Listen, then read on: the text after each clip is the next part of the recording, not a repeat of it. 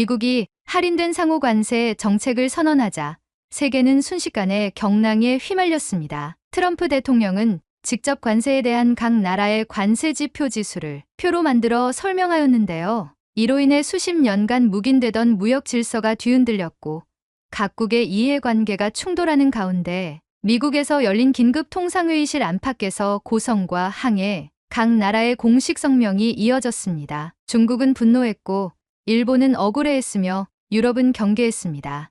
그런데 단 한 나라만이 조용했습니다.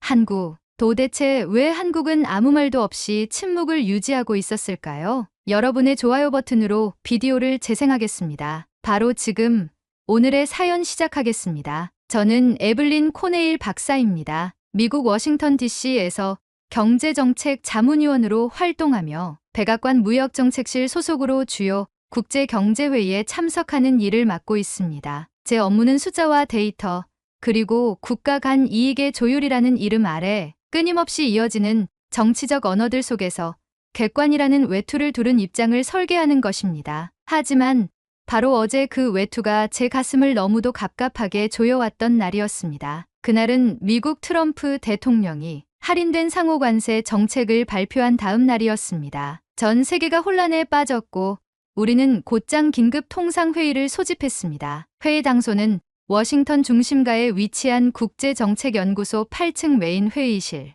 미국을 비롯해 일본, 중국, 독일, 영국, 프랑스, 캐나다, 호주, 인도, 그리고 한국. 이렇게 10개국의 무역 대표단이 참석했습니다. 저는 미국 대표단 중앙 테이블에서 경제정책 실무 자문석에 앉아 있었습니다. 회의장은 시작부터 냉랭했습니다. 평소보다 의자 끌리는 소리도 적었고 기침조차 삼켜지는 긴장감 속에서 첫 발언자는 중국 대표단의 장 위엔 박사였습니다. 그의 목소리는 격앙돼 있었고 문장 사이마다 억제되지 않은 감정이 묻어났습니다. 미국은 왜 자국 중심의 관세율을 기준 삼아 글로벌 무역 질서를 재편하려 하십니까? 한국에는 30%를 부과하면서 중국은 67%입니다. 이게 공정입니까? 회의장은 순간 술렁였고 일본 대표 미야카와 주니치는 손가락으로 책상을 탁탁 두드리며 말을 이었습니다. 미국은 우리가 가장 오랜 동맹국이라는 걸 잊은 겁니까?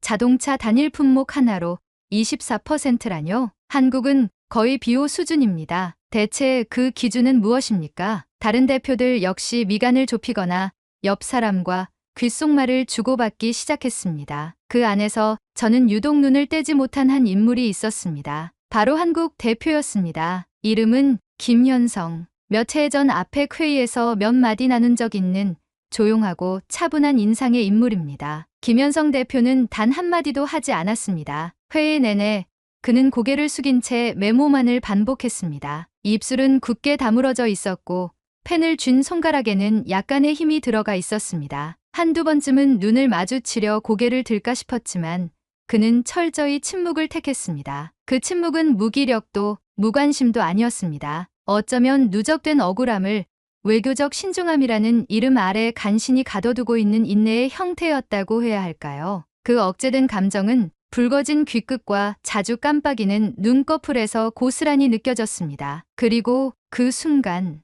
저는 문득 오래전 한국에서의 시간을 떠올리게 되었습니다. 8배 전 저는 세종대학교에서 교환 교수로 6개월간 지낸 적이 있습니다. 당시 국제무역론 수업을 맡았고 학생들과 여러 주제로 토론을 나누곤 했습니다. 어느 날 수업이 끝난 후 한 학생이 조심스럽게 다가와 제게 물었습니다. 교수님, 저희 나라는 왜 항상 국제 뉴스에서 문제국처럼 취급되나요? FTA도 다 체결했고 자동차 부품 규격도 맞췄고 미국이 요구한 조항들 지키려고 정부가 진짜 많이 바뀌었어요. 그런데도 늘 관세 회피국이라거나 이익만 챙긴다는 소리 들어요. 저는 그 질문에 선뜻 답할 수 없었습니다. 그때는 단지 그게 국제정치의 현실이라 여겼습니다. 목소리가 큰 나라가 이기고 숫자를 가진 나라가 기준이 되는 세계. 그 안에서 한국처럼 규모가 크지 않은 국가는 언제나 변두리에서 설명을 해야 하는 위치였으니까요. 하지만 그날 회의장에서 조용히 메모만 하던 김현성 대표의 모습과 그 오래전 학생의 질문이 겹쳐지며 제 가슴속 어딘가가 갑자기 무겁게 내려앉았습니다. 혹시 우리가 너무 쉽게 단정하고 있던 건 아닐까? 그들이 한 말이 아니라 하지 않은 말들 속에 더 많은 진실이 있었던 건 아닐까? 회의는 형식적인 정리로 마무리됐고 대표들은 저마다 명함을 교환하거나 짧은 악수를 나누며 자리를 떴습니다. 저는 자문위원 신분이었기에 끝까지 남아야 했고 돌아오는 차 안에서 아무 말도 하지 못한 채 창밖만 바라보았습니다. 그 시작이 그날의 침묵이 저에게 남긴 첫 번째 파장이었습니다. 회의가 끝난 후 호텔로 돌아왔을 때 저는 평소보다 훨씬 더 조용한 밤을 맞이했습니다. 방 안에 들어서자마자 넥타이를 풀었고 재킷은 소파에 던졌습니다. 샤워도 미루고 그냥 침대에 누웠습니다. 머릿속에 회의 장면이 계속 떠올랐습니다. 정확히는 한 장면. 말 한마디 없이 조용히 메모만 하던 한국 대표 김현성 박사의 모습이었습니다. 그 침묵이 이상했습니다. 그건 흔한 외교적 방어나 아무 말 안 하면 손해도 없겠지 같은 태도가 아니었습니다. 오히려 무언가를 꾹 눌러 참고 있는 사람의 침묵처럼 느껴졌습니다. 이미 할 말을 모두 끝낸 사람이 굳이 다시 설명하려 하지 않는 그런 느낌이었죠. 회의장 안에서는 늘 발언이 중요합니다. 말을 하지 않으면 존재하지 않는 것처럼 여겨지기도 하니까요. 그런 자리에 말 없이 앉아 있는 것은 어쩌면 더 큰 결단이 필요했을지도 모릅니다. 저는 그날 밤 이상하게 마음이 가라앉지 않았습니다. 그래서 결국 노트북을 열었습니다. 이런 날이면 무언가 구체적인 걸 확인해야만 마음이 놓이거든요. 다른 사람들은 와인 한 잔 마시고 잠든다지만 저는 데이터가 제 와인이었습니다. 오랜만에 열어본 폴더에는 제가 몇 년 전부터 정리해온 각국 무역협정 이행 내역이 들어 있었습니다. 공식 보고서와 달리 이 폴더에는 회의 중간에 들은 코멘트, 시장 반응, 기업들 사이의 실질 적용 사례까지 정리되어 있죠. 어쩌면 표정 없는 통계와 현장 감각이 공존하는 자료라고 해야 할까요? 코리아 폴더를 클릭했습니다. 그 안엔 여러 파일이 있었습니다. 농산물 시장 개방 단계표, 의료기기 인증 절차 조정 기록, 지식재산권 법률 정비 비교, 그리고 FTA 기관세 항목 간소화 추진 상황. 그중 의료기기 파일을 열어봤습니다. 이건 제가 개인적으로 가장 관심을 갖고 있는 분야이기도 했습니다. 미국산 의료기기가 해외에서 승인을 받기까지 걸리는 시간을 비교하는 내용이었죠. 일본은 평균 11개월, 독일은 9개월, 프랑스는 7개월, 한국은 4개월이었습니다. 처음엔 눈을 의심했습니다. 그래서 다시 확인했죠. 미국 FDA 기준을 일부 도입해 인증 과정을 간소화하고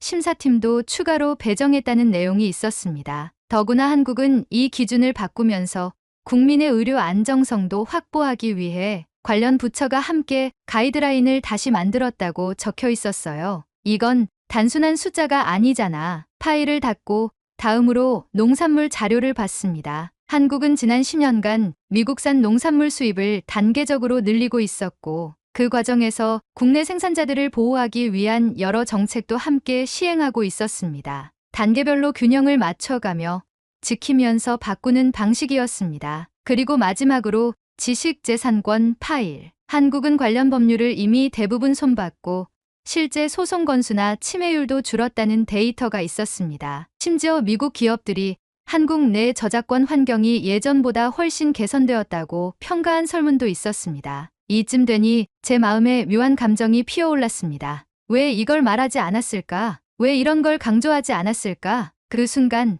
저는 이렇게 생각하게 되었습니다. 혹시 그들은 말이 아니라 행동으로 보여주면 된다고 생각한 건 아닐까? 말은 누구나 할 수 있습니다. 하지만 행동은 준비된 자만이 할 수 있습니다. 그리고 침묵은 그 행동에 대한 마지막 신뢰일지도 모릅니다. 조금은 웃음이 났습니다. 평소 회의장에서 저는 말 많은 대표들을 많이 보아왔습니다. 수치를 외치고 손을 들고 마이크를 앞다투어 주려는 모습들이 익숙했죠. 그런 자리에서 말 없이 앉아 있다는 건 존재감이 없는 거라고 생각해왔습니다. 그런데 오늘 그 누구보다 조용했던 한국 대표가 회의장 밖에서는 누구보다 많은 행동을 해온 사람이라는 걸 알게 되었죠. 이건 무언가 기술적으로 잘했다는 차원이 아니었습니다. 한국은 약속을 지켜온 나라였습니다. 말보다는 기록으로, 주장보다는 설계로, 설명보다 실천으로 움직여온 나라. 그날 밤 저는 새삼 깨달았습니다. 진짜 신뢰는 조용히 쌓이고 그 조용함은 언젠가 반드시 누군가의 마음에 닿는다는 것을요. 그리고 저는 조용히 생각했습니다. 이 침묵을 대신해 말할 사람 한 명쯤은 있어야 하지 않을까? 그게 나라도 괜찮지 않을까 싶었습니다. 이튿날 아침 회의장으로 향하는 차량 안은 침묵으로 가득했습니다. 창밖은 평소와 다름없는 워싱턴의 거리였지만 제 안은 전날과 전혀 달랐습니다. 밤새 고민한 결과 저는 결심했습니다. 이번만큼은 내가 말하겠다. 그런데 막상 회의장 앞에 도착하니 다시 마음이 흔들리기 시작했습니다. 이런 말이 도움이 될까? 괜한 오해만 불러일으키는 건 아닐까? 게다가 저는 미국 정부를 대표하는 자문위원입니다. 자칫하면 국익보다 감정을 앞세운 사람처럼 보일 수도 있었습니다. 엘리베이터 버튼을 누르며 거울에 비친 제 얼굴을 잠깐 바라봤습니다. 전날보다 확실히 더 날카로워 보였습니다. 하지만 동시에 어딘가 단단한 결심이 비쳐 있었습니다. 회의장은 어제와 같은 구성, 같은 좌석, 같은 조명 아래에서 다시 시작됐습니다. 다만 분위기는 달라졌습니다. 어제 강하게 발언했던 중국과 일본 대표는 오늘은 다소 수위를 조절하는 모습이었고 미국 대표단도 내부적으로 다시 조율된 문서를 참고하는 듯한 분위기였습니다. 그리고 그 사이 김현성 박사는 여전히 조용했습니다. 그는 평소처럼 서류를 정리하고 메모를 하고 상대방의 말을 경청했습니다. 그 모습은 어제와 같았지만 제 눈에는 어제보다 훨씬 더 단단해 보였습니다. 회의가 본격적으로 진행되기 시작했고 의장국 대표가 오늘 의제에 대한 자유 발언 시간을 열었습니다. 그 순간 저는 조용히 손을 들었습니다. 이례적인 행동이었습니다. 제가 자문위원 자격으로 공식 발언에 나서는 일은 거의 없었기 때문입니다. 몇몇 사람이 고개를 돌렸고 대표단의 시선이 저를 향했습니다. 긴장이 온몸으로 퍼졌지만 목소리는 생각보다 차분하게 나왔습니다. 에블린 코네일입니다. 저는 오늘 어제 회의에서 언급되지 않았던 한 국가에 대해 말씀드리고자 합니다. 한국입니다. 회의장은 정적에 가까운 조용함으로 가라앉았습니다. 저는 말을 이었습니다. 어제 이 자리에서 여러 나라가 관세 문제에 대해 목소리를 높였습니다. 그 과정에서 한국이 상대적으로 우대받고 있다는 지적이 있었죠. 하지만 저는 단지 관세율만을 비교하는 방식이 때때로 진실을 왜곡할 수 있다고 생각합니다. 몇몇 사람들이 눈을 가늘게 떴고 의장단이 자세를 고쳐 앉았습니다. 저는 이어서 말했습니다. 한국은 미국과의 무역협정에서 가장 조용했던 나라 중 하나입니다. 하지만 동시에 가장 꾸준히 약속을 지켜온 나라이기도 합니다. 그들은 의료기기 인증 절차를 간소화했고 농산물 수입을 단계적으로 확대했으며 지식재산권 보호법을 실제로 손봤습니다. 이건 종이 위의 약속을 현실로 바꾼 행위입니다. 자료를 꺼내려다 저는 멈췄습니다. 그 순간에는 수치보다 말의 온도가 더 중요하다는 생각이 들었기 때문입니다. 어제 한국 대표는 한마디도 하지 않았습니다. 하지만 그 침묵은 책임을 회피하는 것이 아니라 이미 충분히 해왔기에 더는 말로 자신을 증명하고 싶지 않은 사람의 자존심이었습니다. 그 신뢰는 조용하지만 단단했습니다. 저는 천천히 시선을 돌렸습니다. 그리고 김현성 박사와 눈이 마주쳤습니다. 그는 놀란 듯 눈을 조금 크게 떴고 이내 고개를 아주 작게 끄덕였습니다. 그제야 저는 마지막 말을 꺼낼 수 있었습니다. 우리 모두가 목소리를 내는 세상에서 가끔은 아무 말도 하지 않은 이들의 행동을 돌아볼 필요가 있습니다. 신뢰는 말이 아니라 지켜온 시간에서 나옵니다. 한국은 그 신뢰를 증명해 온 나라입니다. 의장은 짧은 침묵 뒤에 다음 발언자를 지명했습니다. 하지만 회의장은 잠시 동안 조용했습니다. 마치 누군가가 새로 쌓은 벽돌 하나를 잠시 바라보는 듯한 공기의 흐름이 느껴졌습니다. 회의가 끝난 뒤 대표단은 회의실 바깥에서 삼삼오오 모여 대화를 나누었습니다. 저는 굳이 누군가에게 말을 걸지 않고 조용히 자리를 빠져나오려 했습니다. 그때 뒤에서 조심스러운 목소리가 들렸습니다. 박사님, 돌아보니 김현성 박사가 서 있었습니다. 그는 저를 향해 걸어와 조용히 봉투 하나를 건넸습니다. 이건 한국에서의 이행 기록 요약본입니다. 어차피 누구도 물어보지 않을 것 같아 가져오지 않으려 했는데 오늘은 박사님께 드리고 싶었습니다. 저는 그 봉투를 받아들며 고개를 숙였습니다. 그리고 말했습니다. 말하지 않아도 알 수 있는 일이 있다는 걸 오늘 처음 알았습니다. 제가 그걸 잊지 않겠습니다. 그는 조용히 웃었고 말없이 돌아섰습니다. 저는 그 뒷모습을 오래도록 바라봤습니다. 그 순간 저는 확신했습니다. 오늘 이 발언은 그를 위한 것이기도 했지만 나 자신을 위한 말이기도 했다. 우리는 가끔 누군가를 대신해 말해야 할 때가 있습니다. 그리고 그 말은 진심에서 나왔다면 누군가에게는 충분한 울림이 됩니다. 회의가 모두 끝난 뒤 저는 며칠 동안 한 통의 전화도 받지 않았습니다. 보고서 초안 검토 요청 메일도 뒤로 미뤘고 몇몇 기자의 인터뷰 요청도 정중히 거절했습니다. 그날 회의장에서 제가 한 발언은 어떤 계산도 타이밍도 없었던 즉흥적인 행동이었지만 이상하게도 그날 이후 저는 처음으로 마음이 편안해졌습니다. 생각해보면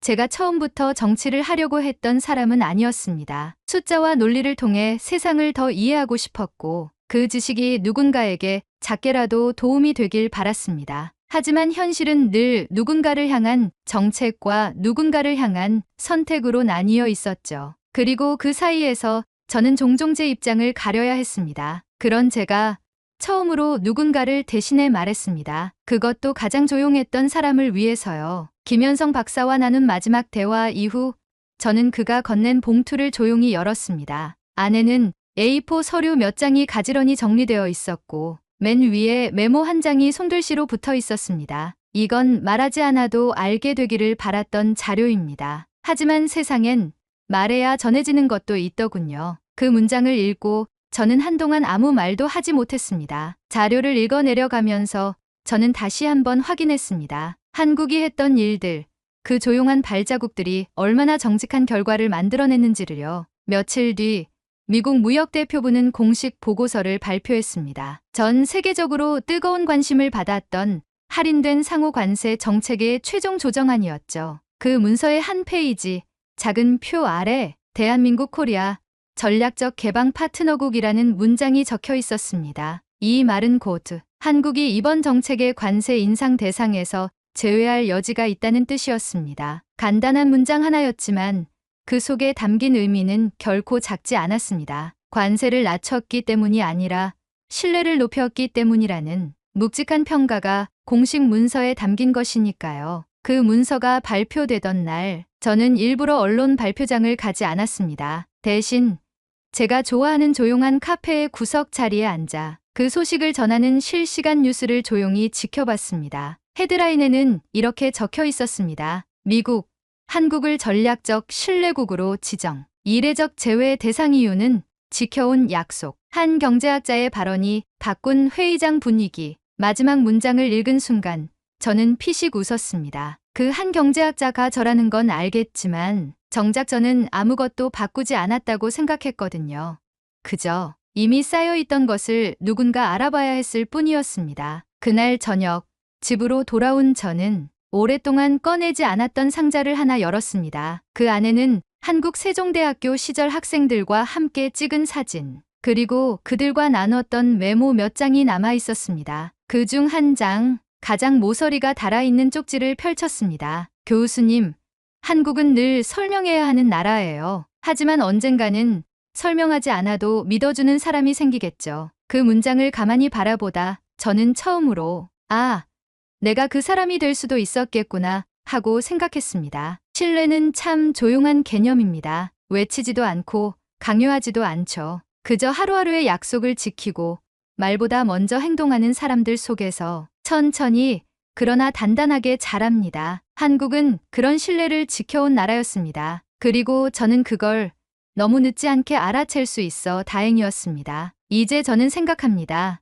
이제부터의 제 일은 더 많은 사람들이 그런 신뢰를 알아볼 수 있도록 데이터 뒤에 있는 사람의 마음까지 전하는 일이라고요. 회의장은 끝났지만 이제 진짜 외교는 시작입니다. 말보다 정직하게, 침묵보다 강하게 한국이라는 나라가 만들어온 믿음을 따라가는 여정. 그 여정에 저도 함께하고 싶습니다. 오늘의 사연은 여기까지입니다. 오늘 사연에 대한 여러분의 생각을 댓글로 남겨 감동 비디오의 마지막을 장식해주세요. 그리고 오늘의 비디오가 공감이 되신다면 구독, 좋아요 한 번씩 부탁드리겠습니다. 여러분의 댓글 하나하나가 영상을 제작하는데 큰 힘이 됩니다. 다음엔 더 더 흥미로운 사연으로 여러분을 찾아뵙겠습니다. 시청해주셔서 감사합니다. 서울 한강하류에서 정체를 알 수 없는 괴생명체가 대규모로 출몰했다는 소식이 전해지자 전 세계가 동시에 술렁이기 시작했습니다. 기괴한 모습의 생명체가 강 표면을 뒤덮고 있다는 영상은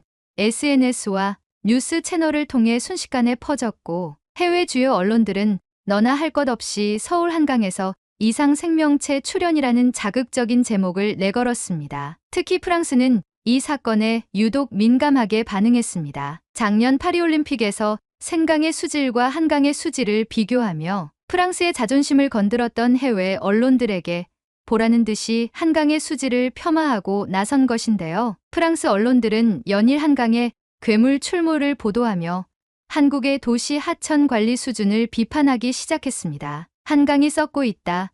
기괴한 벌레들이 강을 점령했다. 도시의 심장이라기보다 괴생명체의 서식지다. 와 같은 자극적인 제목들로 SNS를 도배하기 시작했습니다. 도대체 서울 한강에서 무슨 일이 일어난 걸까요? 여러분의 좋아요 버튼으로 비디오를 재생하겠습니다. 바로 지금 오늘의 사연 시작하겠습니다. 안녕하세요. 제 이름은 리즈입니다. 프랑스 파리에서 태어나 지금까지 살아왔고 지금은 파리의 한 국립대학에서 생물학을 공부하고 있는 학생입니다. 어릴 때부터 저는 생강 근처를 자주 걸으며 자랐어요. 저희 할아버지께서 생강 둔치에서 종종 산책을 하셨고 그때마다 저도 함께 걷곤 했습니다. 할아버지는 항상 강이 살아야 도시도 산다는 말씀을 하셨어요. 그 말이 얼마나 깊은 뜻을 가진 말인지 그땐 제대로 몰랐습니다. 그런데 몇 주 전 저를 깊이 생각하게 만든 뉴스 하나가 눈에 들어왔습니다. 프랑스의 한 유명한 언론사에서 보도한 내용이었는데요. 서울의 중심을 흐르는 한강에서 이상한 생물이 때로 나타났다는 기사였습니다. 기사의 제목은 이랬습니다. 한강의 괴이한 생물 출몰, 도시 수질의 심각한 위험 신호. 내용을 읽으면서 저는 눈을 의심할 수밖에 없었습니다. 서울의 한강하류에서 정체불명의 생물이 무더기로 발견되었고 그것이 오염의 징조라는 것이었습니다. 강에 이상한 벌레가 득실거리는 건 물이 많이 더럽다는 뜻이라고 기사에서는 말하고 있었어요. 그 보도는 단순한 기사로 끝나지 않았습니다. 기사 밑에 달린 댓글들을 읽으며 저는 더 큰 충격을 받았습니다. 한강은 이제 썩은 강이다. 생강이 더럽다고 욕하더니 자기네 강은 벌레판이구만. 한국은 일본 옆이라 지진전조 현상 아니냐. 이런 댓글들이 수십 개, 수백 개씩 달려 있었습니다. 저는 그 댓글들을 보며 몹시 답답했습니다. 물론 저는 한국에 대해 잘 아는 편은 아닙니다. 하지만 그런 식의 말들이 얼마나 무례하고 무책임한지 그리고 얼마나 단편적인 판단인지 느낄 수 있었습니다. 무엇보다 저는 궁금했습니다. 그 생물은 도대체 무엇일까? 그리고 정말 그 생물이 나타났다는 이유만으로 한강을 썩은 강이라고 단정 지을 수 있는 걸까? 저는 자연과 생명에 대해 공부하는 사람으로서 그 질문을 그냥 넘길 수 없었습니다. 기사를 다시 읽고 기사에 함께 실린 사진을 자세히 들여다보았습니다. 사진 속의 생물은 저도 생물학 실험에서 몇 번 본 적 있는 벌레와 비슷해 보였습니다. 처음 보는 게 아니었기에 저는 바로 교수님을 찾아갔습니다. 저희 지도 교수님이신 장 피에르 선생님께요. 교수님, 이 생물이 정말 수질이 나빠서 나타나는 걸까요? 제 질문에 교수님은 잠시 사진을 들여다보시더니 고개를 끄덕이셨습니다. 이 생물은 흔히 갯벌 근처나 바닷물이 드나드는 곳에서 살지 꼭 오염 때문에 나타났다고 단정하긴 어려워. 리즈, 자연은 늘 복잡하단다. 생물이 어디서 왜 나타났는지 알려면 단순히 겉만 봐서는 안 돼. 교수님의 말씀이 저의 생각을 더 깊어지게 했습니다. 저는 곧바로 도서관에 가서 온라인 자료를 뒤졌습니다. 프랑스 기사에서 말한 그 생물이 무엇인지 그리고 정말 오염의 지표가 되는 생물인지 알아보기 시작했어요. 그 과정에서 한국의 환경기관에서 낸 공식 보고서를 찾게 되었습니다. 보고서에 따르면 한강하류에서 나타난 이 생물은 다모류라고 하는 벌레 종류에 속한다고 되어 있었습니다. 보고서에서는 이런 설명이 적혀 있었어요. 이 생물은 수질이 아주 나빠서가 아니라 오히려 수질이 안정되고 기초적인 생태계가 살아나면서 다시 돌아온 종이다. 강하류의 생태계가 살아나고 있다는 증거로 볼 수 있다. 순간 저는 책상에 앉은 채로 숨이 멎는 것 같았습니다. 지금까지 프랑스 언론과 사람들은 이 생물이 혐오스럽고 위험하다고 했지만 실제로는 그 반대였던 겁니다. 강이 스스로 회복해 가고 있기 때문에 예전엔 살 수 없었던 생물이 다시 돌아오고 있다는 뜻이었습니다. 우리가 이상하게 생각했던 그것은 사실 자연의 회복을 알리는 신호였던 것이죠. 저는 이 사실을 더 많은 사람에게 알리고 싶다는 생각이 들었습니다. 단지 한국을 변호하고 싶어서가 아니었습니다. 진실이 왜곡되는 과정을 제가 눈으로 확인했기 때문이에요. 그리고 강이라는 존재가 단순한 물줄기가 아니라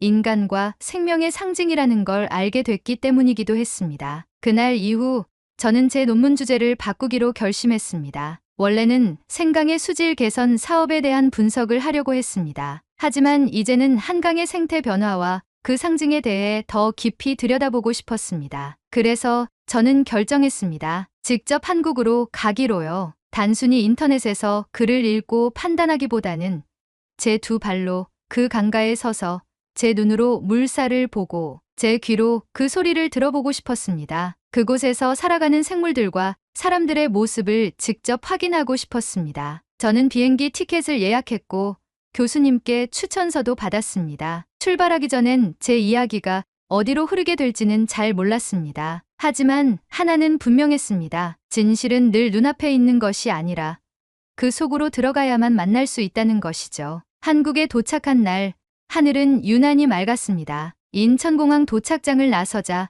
익숙한 얼굴이 저를 향해 손을 흔들었습니다. 제 친구 수민이었어요. 프랑스에서 유학 중일 때 같은 실험실에서 일하며 가까워졌던 친구였는데 지금은 서울에 있는 한 대학원에서 생태학을 공부하고 있었습니다. 리즈, 드디어 왔네. 수민, 정말 고마워. 내가 없었으면 오지도 못했을 거야. 수민은 저보다 몇 살 위지만 늘 따뜻하고 차분한 사람이었습니다. 제가 한강에 관심을 갖고 한국에 가고 싶다고 했을 때도 가장 먼저 응원해준 사람이었고요. 수민은 이미 제가 조사하려는 지역의 정보도 정리해 두었고 일정도 함께 짜주겠다고 했습니다. 내가 시간이 되는 날엔 같이 갈 수 있어. 한국 사람들이랑 이야기 나눌 땐 통역도 해줄게. 그 말 들으니까 진짜 마음이 놓인다. 수민의 말에 저는 마음 깊이 안도했습니다. 혼자서 낯선 나라에서 생물도사를 한다는 게 쉬운 일은 아니었거든요. 그렇게 다음 날 저는 수민과 함께 김포행 전철에 올랐습니다. 한국의 대중교통은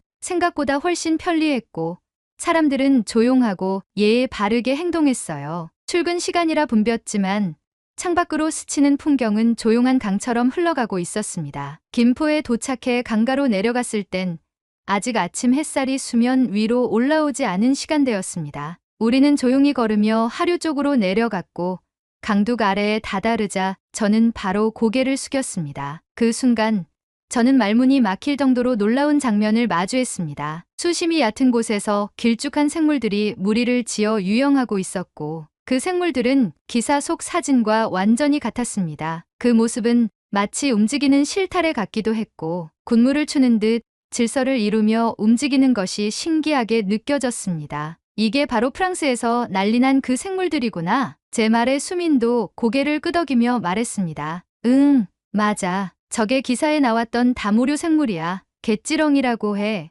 한국인들도 처음 봤을 때는 기괴하다고들 했지. 몇 번을 봐도 징그럽다. 으유. 하지만 실제로 보니 전혀 그렇지 않았습니다. 물속에서 천천히 움직이는 그 생물들은 오히려 조용하고 평화로운 느낌이었어요. 저는 노트를 꺼내 들고 빠르게 기록하기 시작했습니다. 이동 경로, 몸의 길이, 움직임의 속도, 그리고 가장 중요한 것, 눈으로 보기에도 전혀 위험하지 않았다는 점이었습니다. 저는 간단한 수질 측정도 진행했고 그 결과는 놀라웠습니다. 수온, 산소 농도, 염도 모두 안정적인 수치였습니다. 정말로 강이 썩은 상태였다면 이렇게 많은 생물이 살 수 없을 거라는 생각이 강하게 들었습니다. 그날 오후 수민이 소개해준 분을 만나게 되었습니다. 정수연 선생님이라는 분으로 김포 지역에서 오랫동안 환경교육과 하천 생태 복원 활동을 해오신 전문가셨습니다. 수민이 통역을 맡아주었고 덕분에 저는 자연스럽게 질문을 이어갈 수 있었습니다. 이 생물들이 위험하다고 말하는 기사들을 봤어요. 정말 수질이 나빠서 나타난 걸까요? 수민이 제 말을 전달하자 정 선생님은 잠시 생각에 잠기셨다가 부드럽게 웃으며 답하셨습니다. 아니요, 이 생물은 갯지렁이라고 해요. 갯지렁이들은 원래 이 지역, 특히 바닷물이 섞이는 하류 근처에 살던 애들이에요. 오래전에는 너무 물이 더러워서 다 사라졌었죠. 그런데 수질이 좋아지면서 다시 돌아온 거예요. 그럼 지금 저 생물들이 있다는 건 강이 나아지고 있다는 뜻인 거군요. 그렇죠. 수질 회복의 징후예요. 오염의 지표가 아니라 회복의 신호에 가깝죠. 갯지렁이들은 산란을 위해 조금 더 깨끗한 곳으로 올라와 짝짓기를 하고 산란을 하거든요. 수미는 제 옆에서 조용히 고개를 끄덕였습니다. 그 순간 프랑스에서 봤던 조롱 가득한 기사 댓글들이 머릿속에서 하나씩 사라지는 것 같았습니다. 이 생물은 괴물도 아니고 위험한 존재도 아니었습니다. 오히려 강이 다시 숨을 쉬고 있다는 걸 말없이 보여주는 생물이었던 거예요. 며칠 후 우리는 강화도 인근의 다른 하천도 찾아갔습니다. 바닷물과 민물이 만나는 지점이었고 그곳에도 같은 생물들이 눈에 띄었습니다. 그날은 수민이 일 때문에 함께하지 못해 혼자 다녀야 했는데 다행히도 그곳에서는 지역 자원봉사자 어르신들이 정기적으로 강 주변을 청소하고 관찰하는 활동을 하고 계셨습니다. 제가 더듬더듬 한국어로 말을 걸었더니 그중 한 분이 웃으며 대답하셨습니다. 학생, 외국 사람? 저 벌레 보고 놀랐나 봐. 네, 조사 중이에요. 저 생물 다시 나타났다고요? 응. 몇 년 전만 해도 안 보였지. 요즘은 자주 보여. 여기가 옛날보다 훨씬 살만해졌으니까 저런 놈들도 다시 돌아오는 거 아니겠어? 말이 완벽히 통하진 않았지만 마음은 통했습니다. 그분들의 말에서 느껴지는 건 생태 지식이 아니라 몸으로 체감한 회복이었습니다. 정확한 수치보다도 훨씬 더 신뢰할 수 있는 말이었죠. 서울로 돌아오는 기차 안, 저는 창밖을 내다보며 조용히 생각했습니다. 이 강은 단순히 흐르는 물이 아니라 누군가의 삶이고 기억이며 돌아온 생명 그 자체였습니다. 저는 이제 확신할 수 있었습니다. 프랑스의 기사들은 진실의 일부만 보았을 뿐이고 진짜 중요한 건 그 안에서 다시 살아나고 있는 생명과 그 생명을 반기는 사람들이라는 것을요. 서울로 돌아온 저녁, 저는 숙소 책상 앞에 앉아 조심스럽게 노트북을 펼쳤습니다. 김포와 강화에서의 현장 조사 기록, 수질 측정 결과, 정수연 선생님의 설명, 강가에서 만난 어르신들의 목소리까지 모든 것이 머릿속에 또렷하게 남아 있었어요. 손에 잡히는 사실뿐 아니라 그 현장에 있었던 감정과 풍경까지 함께 떠올랐습니다. 처음 이 논문을 구상할 때까지만 해도 제 시선은 비교에 가까웠습니다. 센강이 얼마나 나아졌는가, 한강은 그에 비해 어떤 상태인가라는 식이었죠. 프랑스 언론도 그랬고 학계에서도 흔히 그런 방식으로 접근하니까요. 수치를 나열하고 그래프로 보여주고 개선이냐 악화냐를 판단하는 그런 보고서들처럼요. 하지만 지금은 아니었습니다. 이제 제가 하고 싶은 이야기는 수치나 수질의 우열에 관한 것이 아니었습니다. 제가 진짜 다루고 싶어진 건 그 물을 마주한 사람들, 그 물에 돌아온 생물들, 그리고 진실을 대하는 태도에 관한 이야기였습니다. 논문 초안의 제목을 바꿨습니다. 처음엔 도시 하천 수질 비교를 통한 생물학적 회복 모델 분석이었지만 이제는 이렇게 썼습니다. 도시의 물이 우리에게 말해주는 것 한강에서 만난 생명과 시선의 전환. 그 제목을 적고 나서 저는 한참 동안 화면을 멍하니 바라보았습니다. 처음으로 무언가를 기록한다는 게 어떤 일인지 실감했어요. 단지 정보를 정리하는 게 아니라 누군가의 경험과 감정, 그리고 오해 속에 묻힌 진실을 꺼내는 일이라는 거요. 논문을 쓰면서 저는 프랑스에서의 반응들을 다시 떠올렸습니다. 한강 기사에 달렸던 댓글들, 조롱 섞인 문장들, 왜곡된 판단들. 그 안에는 단순한 오해만 있었던 게 아니었습니다. 알려고 하지 않으려는 태도, 멀리 있는 것을 함부로 판단하는 습관, 그리고 우리는 다르다고 선을 긋는 익숙한 시선이 함께 있었죠. 그런 태도는 때로 학문이라는 이름 아래에서도 반복됩니다. 이 생물은 오염의 지표이므로 수질이 나쁘다. 센강은 수영이 가능해졌으니 더 우수하다. 그런 단정이 얼마나 많은 사실을 지워버리는지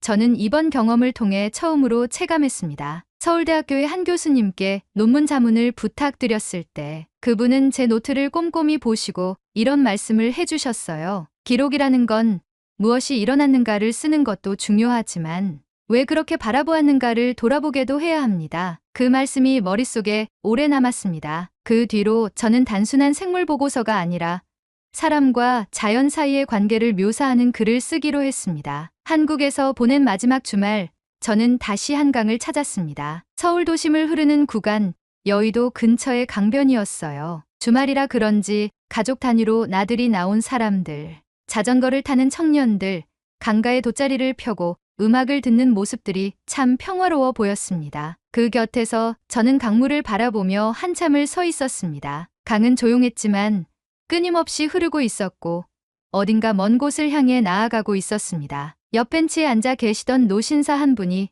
제게 말을 걸어오셨습니다. 외국분이세요? 네, 프랑스에서 왔어요. 한강 조사를 하러 왔어요. 아, 반가워요. 우리 한강 어때요? 좀 괜찮죠? 네, 정말 생각보다 훨씬 더요. 강이 살아있다는 걸 느꼈어요. 그분은 고개를 끄덕이며 강 쪽을 바라보셨습니다. 전 한강에서 평생을 봤어요. 예전엔 여긴 냄새가 심했죠. 물도 새까맣고. 근데 요즘은 많이 달라졌어요. 손주랑 같이 산책도 오고요. 저는 그 말이 마치 오래된 기록처럼 가슴에 남았습니다. 프랑스에서만 살았다면 저는 아마 한강을 모니터 속 이미지로만 이해했을 겁니다. 그러나 지금 저는 직접 그곳에 서서 사람들의 기억을 듣고 생물을 관찰하고 수질을 측정하며 이 강이 살아있다는 걸 피부로 느끼게 되었어요. 그날 밤 숙소로 돌아온 저는 마지막으로 조사 정리를 하며 이런 문장을 남겼습니다. 물속에 사는 생물은 말을 하지 않지만 거짓말도 하지 않는다. 그리고 그 물가에 선 사람들은 그 물이 흘러온 시간을 대신 기억하고 있다. 논문을 완성해가는 동안 저는 문득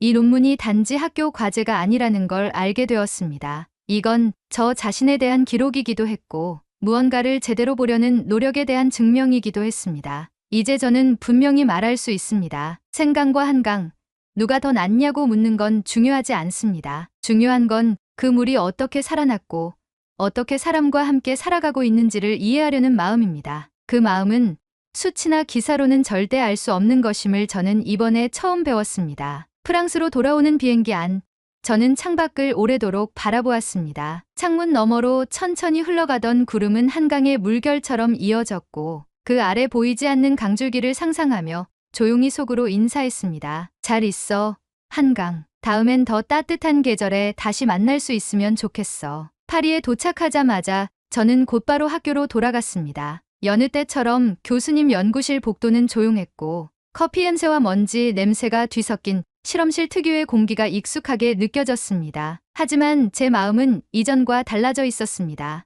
눈앞의 세상을 숫자로만 바라보던 저의 시선은 이제는 사람과 생명, 기억과 흐름으로 이어진 연결을 먼저 떠올리게 되었어요. 논문은 마지막 수정 단계를 거치고 있었습니다. 지도 교수님인 장피에르 선생님께 원고를 넘겨드리자 교수님은 조용히 읽으신 후 제게 이렇게 말씀하셨습니다. 리즈, 너답지 않은 문장이 많아서 좋았어.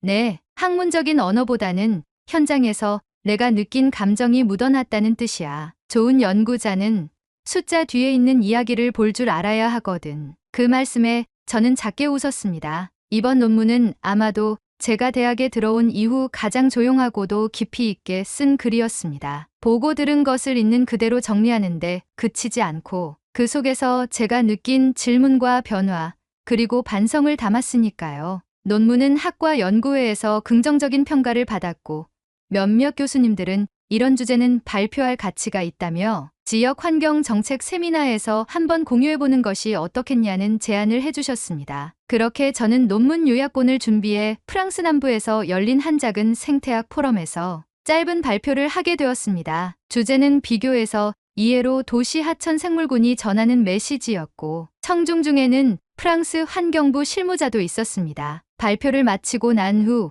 한 중년의 연구자가 제게 다가와 말했습니다. 한강에 대한 이야기를 처음 들었습니다. 생강도 정화 중인데 우리는 늘 자기만 보지요. 다른 나라 강에서 배우는 자세 우리도 좀 가져야 할 것 같습니다. 그 말을 듣는 순간 저는 눈을 감고 다시 한번 그 강을 떠올렸습니다. 김포의 아침 안개, 강화도 물살, 서울의 햇살 아래 조용히 움직이던 생물들, 그리고 강가에 앉아 우린 이제 여기서 살아도 된다고 말하던 어르신의 눈빛까지. 한강은 단지 도시의 상징이 아니었습니다. 그 강은 자연이 인간에게 건네는 회복의 인사였고, 오랫동안 외면당하던 생명들이 돌아오며 속삭이듯 전하는 진실이었습니다. 며칠 후 수민에게 긴 메일을 썼습니다. 조사 도와줘서 고맙다는 말, 한국에서의 시간들이 제 삶에 얼마나 큰 전환점이 되었는지, 그리고 논문 덕분에 발표 기회까지 얻게 되었다는 이야기를 담아 보냈습니다. 수민은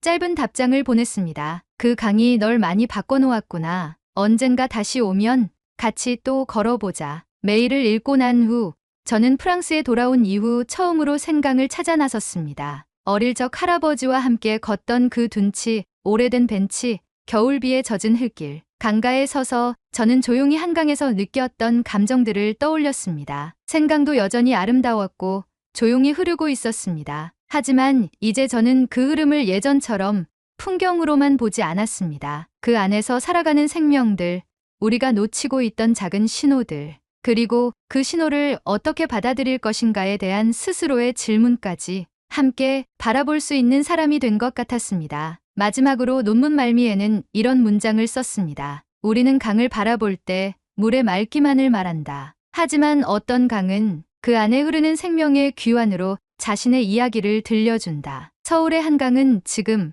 우리 모두가 다시 배워야 할 강이다. 그 문장을 쓴 뒤 저는 조용히 펜을 내려놓았습니다. 논문은 끝났지만 제 안의 배움은 이제 막 시작된 것 같았습니다. 그날 밤 저는 벽에 붙어 있던 작은 세계 지도를 가만히 바라보다가 한국이라는 지명 위에 조그마한 스티커를 하나 붙였습니다. 그곳은 제가 진짜로 처음 진실을 만난 한강의 자리였으니까요. 오늘의 사연은 여기까지입니다. 오늘 사연에 대한 여러분의 생각을 댓글로 남겨 감동 비디오의 마지막을 장식해주세요. 그리고 오늘의 비디오가 공감이 되신다면 구독, 좋아요 한 번씩 부탁드리겠습니다. 여러분의 댓글 하나하나가 영상을 제작하는데 큰 힘이 됩니다. 다음엔 더 흥미로운 사연으로 여러분을 찾아뵙겠습니다. 시청해주셔서 감사합니다.